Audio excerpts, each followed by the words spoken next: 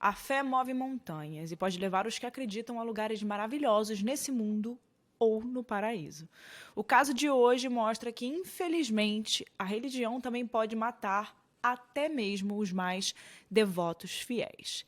Aqui é Erika Miranda e esse é mais um episódio do Casos Reais. E vale lembrar que todas as informações que a gente dá aqui, que a gente traz nesse episódio, vêm de registros públicos da imprensa e liberados nos veículos de mídia pelas autoridades competentes. Então, tudo que a gente traz, todos os dados, nomes citados, nesse caso, estão disponíveis na internet, de acesso público, e as fontes estão na descrição desse episódio. Antes da gente começar aqui, vale falar sobre isso, porque esse caso aconteceu no Brasil e envolvem aí não somente pessoas, como instituições muito conhecidas. E vale falar sempre que tudo que a gente traz aqui não é da nossa cabeça, não é achismo, é tudo que está de acesso público na internet. O propósito do Casos Reais é trazer toda semana um caso novo, então a gente não faz uma pesquisa tão densa, a gente não traz 5 episódios sobre um caso, a gente traz aqui o que a gente consegue falar, o que a gente consegue contar para vocês em uns 30 minutos de episódio. Tem muita informação legal desse caso na internet também, além do Casos Reais, então se você quiser continuar escutando mais, entrar mais profundo, tem a Operação Policial, que é um canal de YouTube muito legal, e eles fizeram algumas lives sobre esse assunto. E antes da gente começar o episódio de hoje, eu vou pedir para vocês não deixarem de irem lá no meu Instagram, @erica_com_k, Mirandas com S no final. Lá você pode mandar uma sugestão de caso, que eu sempre consigo ver. E também, se você marcar que está escutando o podcast nos seus stories, você me marca que eu consigo repostar. Esse caso eu tive como sugestão de um dos ouvintes. Eu recebi lá acho que foi no meu e-mail, então a pessoa entrou no www.casosreaispodcast.com.br e lá me mandaram uma sugestão. E eu recebi muitas, não foi somente uma, não. Tem muita gente me pedindo esse caso faz tempo. E por isso que eu resolvi trazer. Então é isso. Vamos parar de conversa. Não deixa também de se inscrever em qualquer lugar que você estiver escutando. Você consegue avaliar o podcast ou se inscrever. Por favor, gente, é muito importante isso. Por favor, por favorzinho, por favorzinho. Então agora vamos para o caso dessa semana. E esse é o caso do Lucas Terra.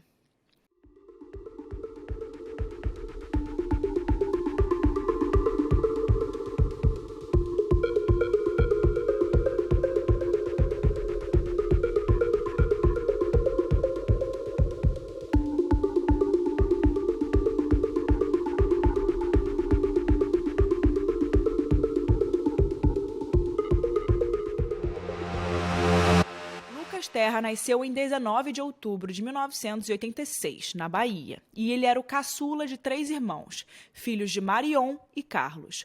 A família se mudou para o Rio de Janeiro e lá, por influência da avó paterna, o Lucas começou a frequentar igrejas.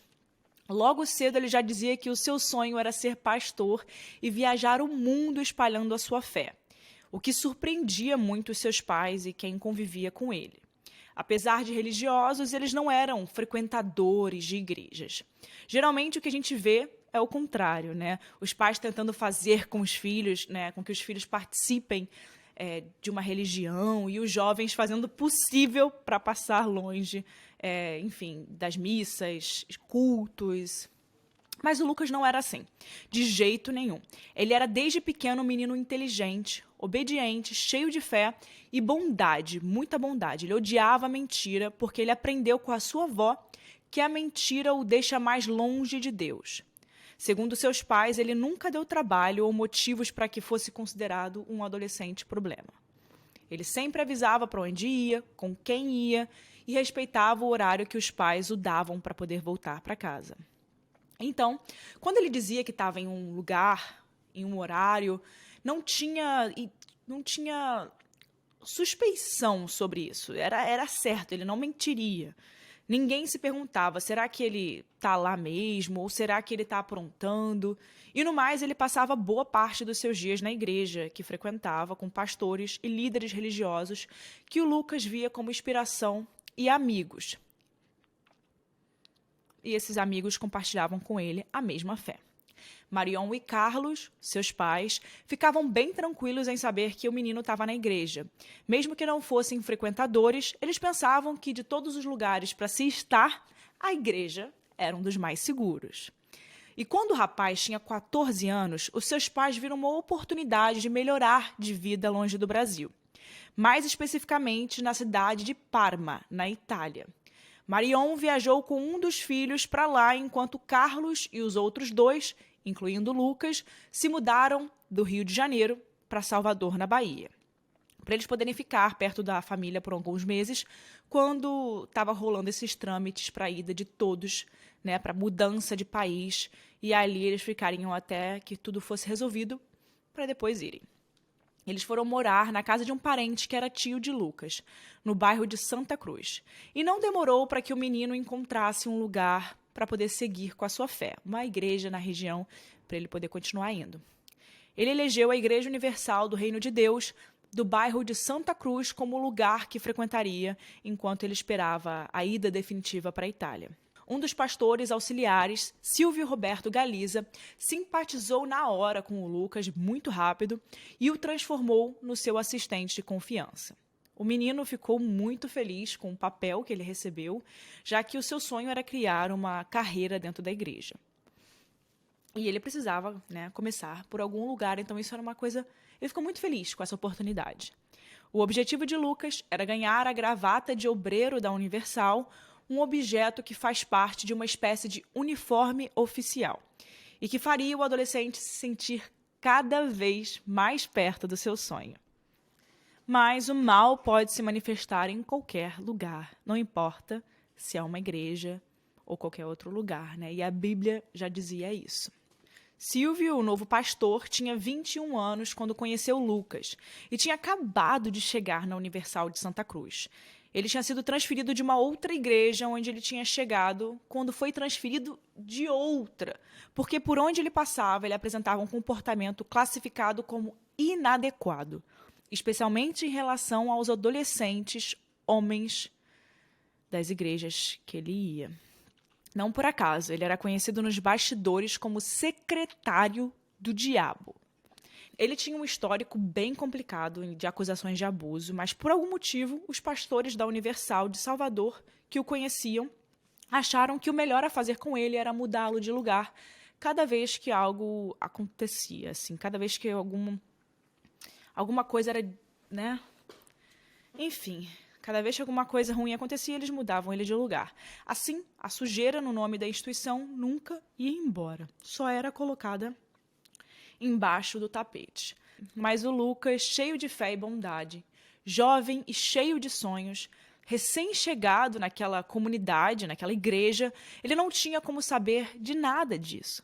Então ele confiou no pastor Silvio e em tudo o que ele dizia, especialmente quando ele lhe aconselhava a respeito de amizades do sexo feminino. Mas o Lucas, cheio de fé e bondade, um jovem repleto de sonhos, tinha acabado de chegar na comunidade, então ele não tinha como saber de nada disso. Então ele confiou no pastor Silvio em tudo o que ele lhe dizia, especialmente quando ele lhe aconselhava a respeito de amizades do sexo feminino. Eu nem imagino que tipo de coisa que o Silvio falava sobre as amigas de Lucas. E todas elas eram da mesma igreja. Mas o cara desenvolveu tipo uma obsessão a respeito do menino e aproveitava cada oportunidade que ele tinha para sabotar as suas amizades, principalmente do sexo feminino. Só que aos 14 anos, a maioria dos adolescentes está naquela fase de amores platônicos, ficadas, paixonites, e embora Lucas não fosse de farra, ou de sair pegando, né, qualquer pessoa naquela idade, ele acabou se apaixonando por uma menina da mesma igreja, que ele frequentava ali, o que era bem normal para a sua idade. Ele tinha os seus sentimentos correspondidos, já que a menina também estava gostando dele. E ali poderia ter uma relação de afeto e tranquila entre dois jovens que compartilhavam a mesma fé, os mesmos gostos e na mesma comunidade religiosa. Mas o Silvio, ele tinha outros planos e eles não envolviam o Lucas ter uma namorada. Lá pelo fim de fevereiro de 2001, o pastor Silvio escalou Lucas e outro garoto da igreja para uma série de trabalhos noturnos. E como as tarefas seriam realizadas à tarde e à noite, os meninos iam ter que dormir no templo da Universal. O Lucas pediu permissão para o seu pai, porque ele era muito novo para ir sem pedir permissão, e o pai dele não viu nada errado naquilo. Deixou ele ir de boa. A igreja, para o Carlos, era um lugar muito seguro. Imagina, como um pai, seu filho pede para fazer trabalho noturno na igreja, é ok, tá tudo certo, né? E ele sabia exatamente onde o filho estava e com quem ele estava, porque o Lucas não escondia nada do seu pai e da sua mãe. Naquela noite, depois que o trio concluiu as tarefas que o Silvio tinha proposto, ele deu um travesseiro ao outro garoto e sugeriu que dormisse em um dos bancos da igreja, enquanto ele convidou o Lucas para dormir no seu próprio quarto. Mas o Lucas era obediente demais, puro demais, para poder negar um convite daqueles. Talvez ele tivesse medo de que, negando esse convite, o pastor se ofendesse, porque isso demonstraria que o Lucas podia achar que o Silvio teria segundas intenções. Então, sem reclamar, lá foi o Lucas dormir no quarto do pastor com ele, enquanto o outro garoto ficou nos bancos frios da Universal com apenas um travesseiro em mãos. Carlos não ficou sabendo desse episódio, mas o outro rapaz comentou com alguém e rapidinho a notícia de mais um comportamento inadequado de Silvio já tinha se espalhado entre os membros da igreja. Eles sabiam que uma coisa bizarra tinha acontecido e fizeram o que já tinham feito antes. Transferiram o pastor Silvio de novo para outra igreja. É até irônico pensar que, com tantas passagens bíblicas que atentam para lobos em pele de cordeiro e falsos profetas, os líderes de uma instituição tão grande quanto a Igreja Universal do Reino de Deus tenham escolhido deliberadamente ignorar todos os sinais de que um desses falsos estava ali no meio deles. E ninguém pode dizer que eles não sabiam, né? Porque uma pessoa que tem como apelido secretário do diabo, que é um líder religioso numa igreja tão conhecida, enfim, não dá para dizer que você não sabe, não dá para dizer que... Enfim. Quando os chefões da Universal de Salvador jogam de novo a sujeira debaixo do tapete, transferindo o Silvio, eles só transferem o pastor, não o homem, o cidadão. Por isso, mesmo estando à frente de outra igreja, ele não parou de frequentar a Universal de Santa Cruz. Ele queria estar perto de Lucas, conversar com ele e, de certa forma, vigiá-lo. E assim foi durante todo o mês de março. Em 21 de março de 2001, Lucas se levantou cedo e, por volta das 6 da manhã, ele foi para a igreja. Ele voltou mais ou menos 1 da tarde para almoçar com o seu pai, Carlos, e avisar a ele que ele iria ao templo da Universal de Pituba, onde o pastor Fernando Aparecido da Silva, um dos bispos mais influentes da região, precisava falar com ele.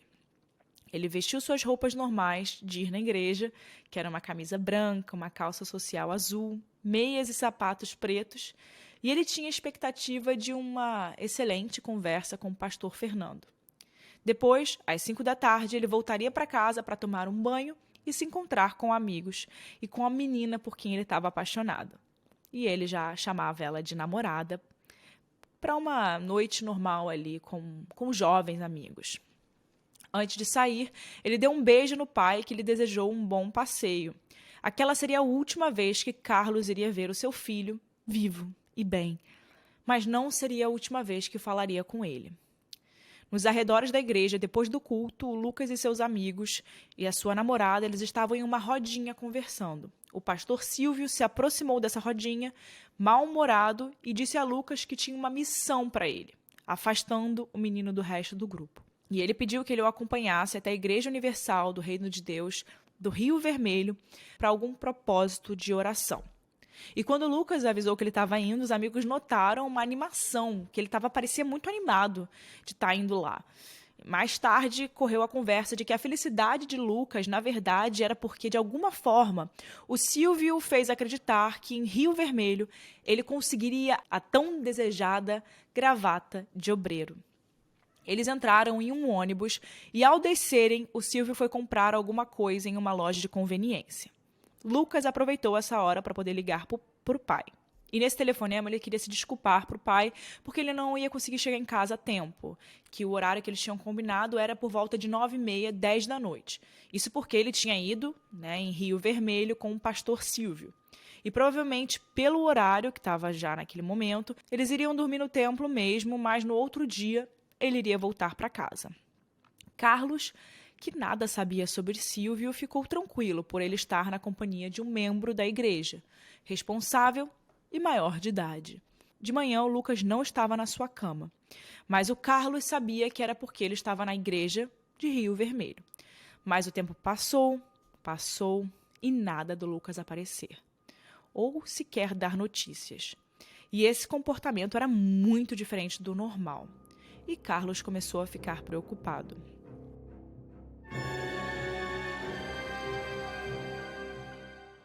Ele procurou a polícia dizendo que seu filho estava desaparecido. E ele foi, instruído a esperar 48 horas para ver se ele aparecia.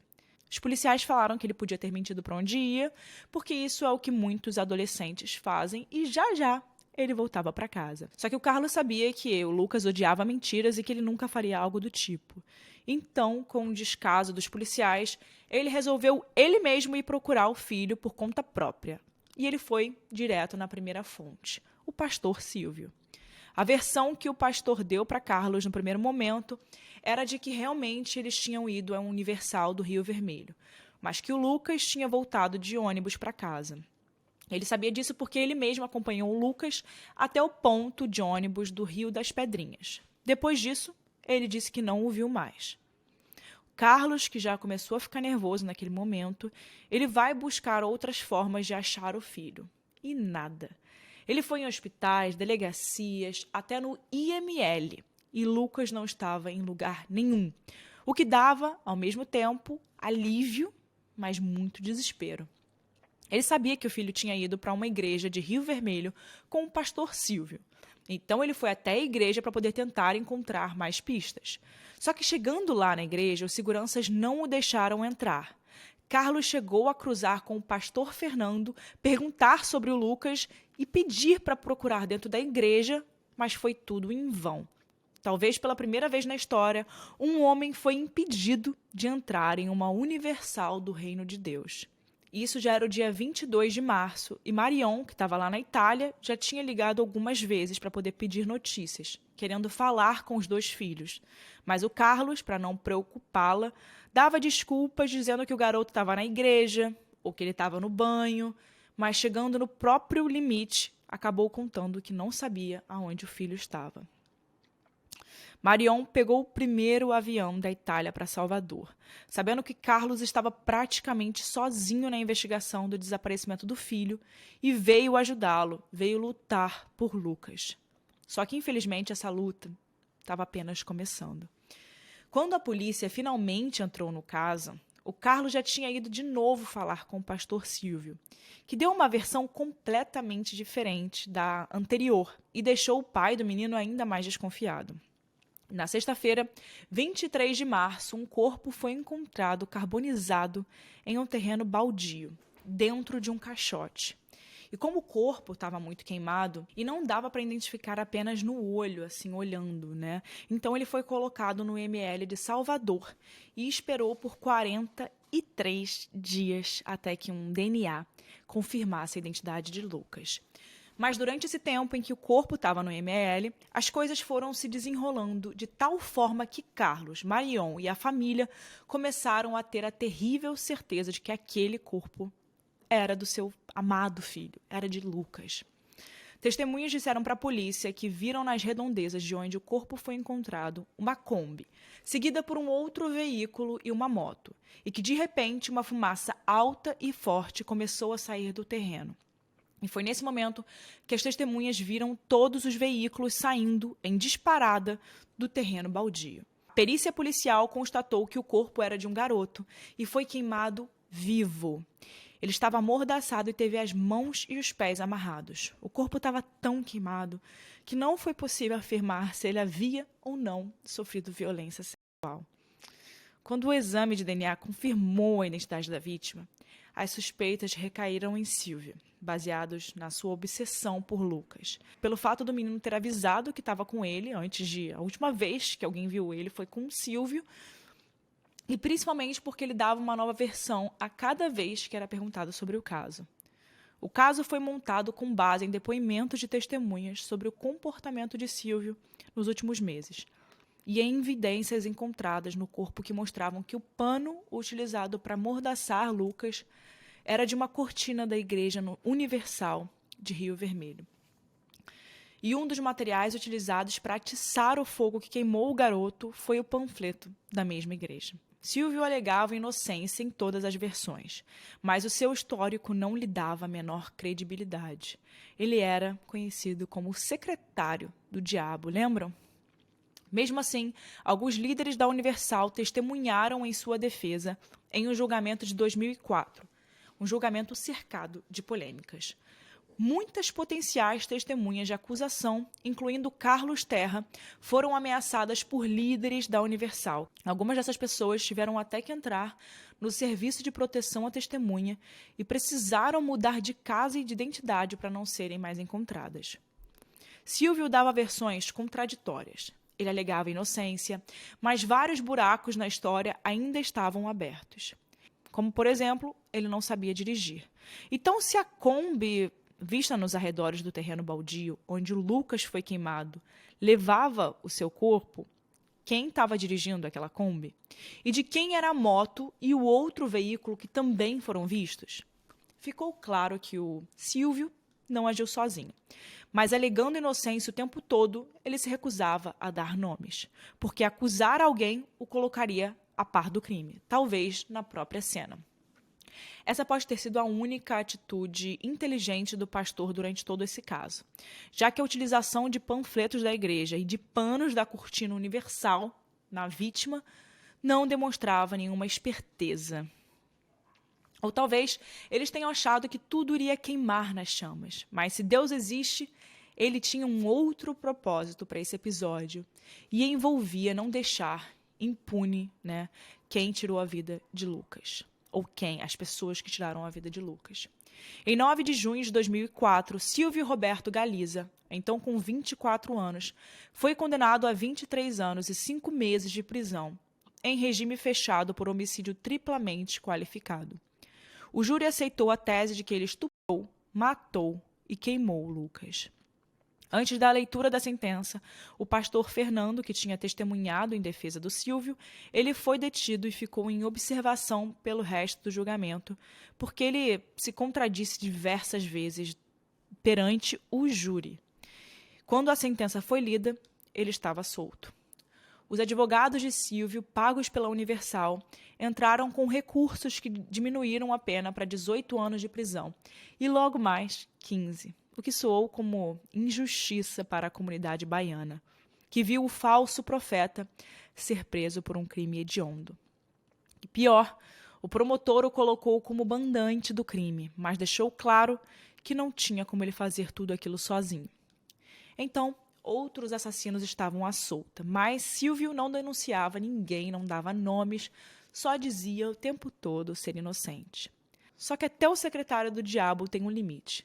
E o dele foi ultrapassado em 2006, durante uma entrevista para o programa Linha Direta. Acompanhado de nada menos que 7 advogados, Silvio deu para o programa um novo depoimento, completamente diferente de todos que ele tinha dado antes. E nesse depoimento ele colocou luz sobre o que, segundo ele, seriam os verdadeiros mandantes do crime e os assassinos de Lucas. Ele disse que o Lucas foi morto porque flagrou o pastor Fernando, um dos líderes da Universal de Salvador, tendo relações sexuais com um outro pastor, Joel Miranda, e que os dois, que eram muito poderosos e influentes, sequestraram o garoto e o mantiveram em cárcere no subsolo da Universal de Rio Vermelho até o momento da sua morte. E isso explicaria porque ele ficou amordaçado, para não gritar e nem pedir ajuda, e também porque foi usada uma cortina da igreja para isso. Outra coisa que chama atenção nessa versão foi a resistência dos seguranças em deixar Carlos Terra entrar na igreja, pois supostamente era ali que o seu filho estava, ainda vivo naquele momento. Além disso, evidências mostraram que um dos veículos vistos pelas testemunhas no terreno baldio era o de Fernando. Com suas contradições e suspeições, ele chegou a ser preso em 2008, mas ele foi liberado logo depois. Ele também afirmou que, assim como as testemunhas, sofreu graves ameaças dos dois pastores e, por isso, passou tanto tempo de boca fechada. Essa nova versão de Silvio reabriu o caso e fez com que a família Terra, que lutava por justiça desde o começo, reforçasse a sua luta. Assim, quando Joel e Fernando foram inocentados das acusações em 2013, os advogados da família entraram com um recurso que culminou com os desembargadores do Tribunal de Justiça da Bahia, decidindo que os dois pastores iriam para um novo julgamento. Dessa vez, o julgamento seria com júri popular. Foram anos de idas e vindas de tentativas de recursos e anulação desse julgamento por parte dos acusados, até que em 2019, o pai de Lucas Terra, o Carlos Terra, ele faleceu por causa de uma complicação de uma cirrose hepática, sem ver o que acreditava ser os verdadeiros assassinos do seu filho na prisão. Antes de falecer, ele escreveu uma carta à mão para cada juiz do Supremo Tribunal Federal, pedindo que concedessem ao filho morto o direito de ter seu caso sentenciado pelo povo. Marion Terra, a mãe de Lucas, seguiu nessa luta, abraçada pelo povo da Bahia, que engrossou o coro de justiça por Lucas. Em 2020, os membros do Supremo Tribunal Federal decidiram que Joel e Fernando iam a júri popular. Por causa da pandemia, o julgamento foi adiado até abril de 2023, quando, 22 anos após o crime, Fernando Aparecido da Silva e Joel Miranda foram condenados por homicídio triplamente qualificado com motivo torpe, empregado de meio cruel e impossibilidade de defesa da vítima.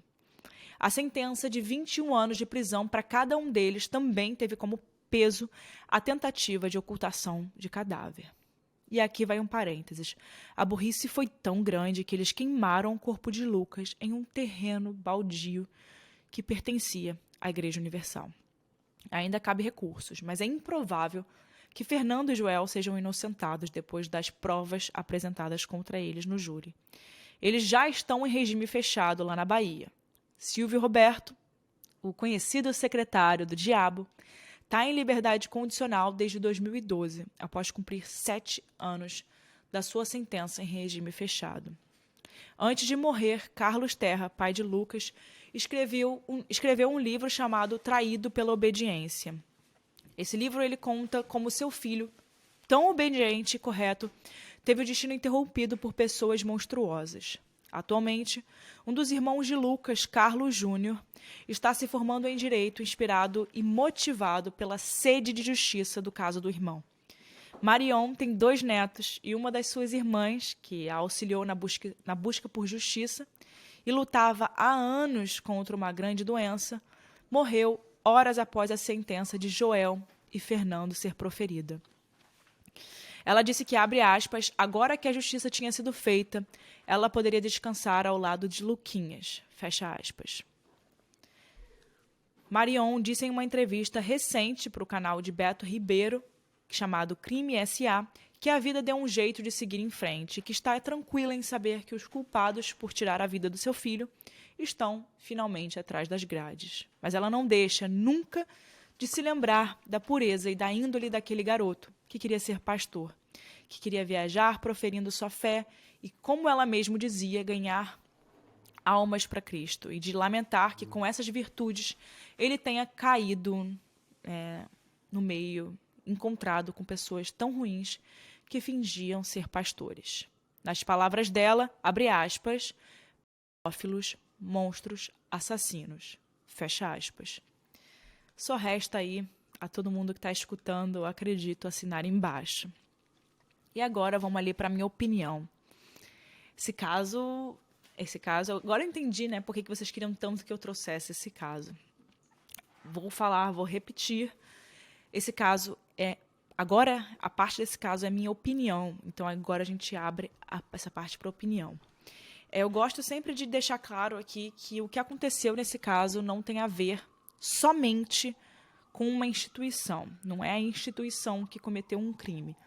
Esse caso tiveram pessoas que proferiam o nome da instituição, que trabalhavam em nome da instituição, que fizeram coisas monstruosas.